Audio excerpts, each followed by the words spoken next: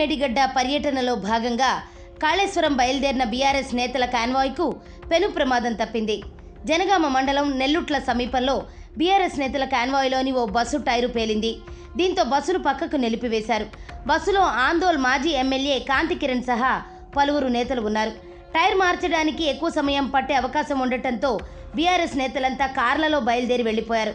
పెను ప్రమాదం తప్పడంతో గులాబీ నేతలు ఊపిరి పీల్చుకున్నారు.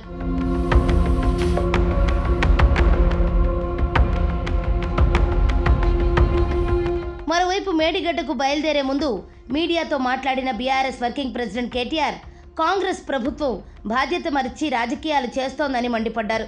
వాస్తవాలు ప్రజలకు తెలియాలనే తాము మేడిగడ్డ పర్యటన చేపట్టినట్లు తెలిపారు.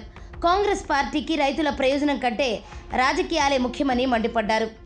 బాధ్యత మరిచిన ప్రభుత్వానికి బాధ్యత గుర్తు చేయడానికి, బాధ్యత మరిచి ఇవాళ రాజకీయం చేస్తున్న ప్రభుత్వానికి ఇప్పుడే పోచారం శ్రీనివాసరెడ్డి గారు చెప్పినట్టు రైతు ప్రయోజనాలు కాదు రాజకీయ ప్రయోజనాలే ముఖ్యమన్నట్టుగా ఇవాళ దుష్ట రాజకీయం చేస్తున్న ప్రభుత్వానికి బుద్ధి చెప్పడానికి, ప్రజలకు వాళ్ళొక్కసారి కాళేశ్వరం యొక్క గొప్పతనాన్ని వివరించడానికి, పంటలు ఎండిపోకుండా చూసుకోవడానికి, గొంతులు ఎండిపోకుండా మంచినీళ్ళకు కూడా గోస రాకుండా ఎండాకాలంలో చూసుకోవడానికే ఇవాళ మా పర్యటన.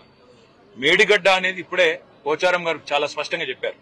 కాళేశ్వరం ప్రాజెక్టులో 3 బరాజులు, 15 రిజర్వాయర్లు, 21 పంపింగ్ స్టేషన్లు, దాదాపు 1500-1600 కిలోమీటర్ల ప్రవాహ కాలువలు, 270 కిలోమీటర్ల సొరంగ మార్గం, ఇదంతా కలిపితే కాళేశ్వరం. ఇవాళ మా ప్రయాణం మొట్టమొదటిగా ఈరోజు మేడిగడ్డ, తర్వాత అన్నారం పోతా ఉన్నాం. తదనంతరం రాబోయే రోజుల్లో అన్ని రిజర్వాయర్లు కూడా సందర్శిస్తాము, అన్ని చోట్లకు కూడా పోతాము.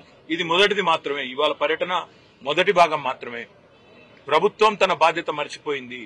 ఇవాళ వర్షాకాలం లోపల రిపేర్లు చేసి అక్కడేమన్నా సమస్య ఉంటే, సాంకేతిక సమస్య ఉంటే దాన్ని నివారించి రైతులకు నీళ్లు ఇవ్వాల్సిన ప్రభుత్వం బాధ్యత మరిచి మళ్ళొక్కసారి తెలంగాణను ఎడారిగా చేసే ప్రయత్నం ఏదైతే చేస్తున్నదో, దశాబ్దాలు తన పరిపాలనతో కాంగ్రెస్ ఎట్లయితే గోసబుచ్చుకున్నదో తెలంగాణను, మళ్ళా అదే ప్రయత్నం ఏదైతే చేస్తున్నదో దాన్ని ప్రజల దృష్టికి, రైతుల దృష్టికి తీసుకురావడానికే మా ప్రయత్నం.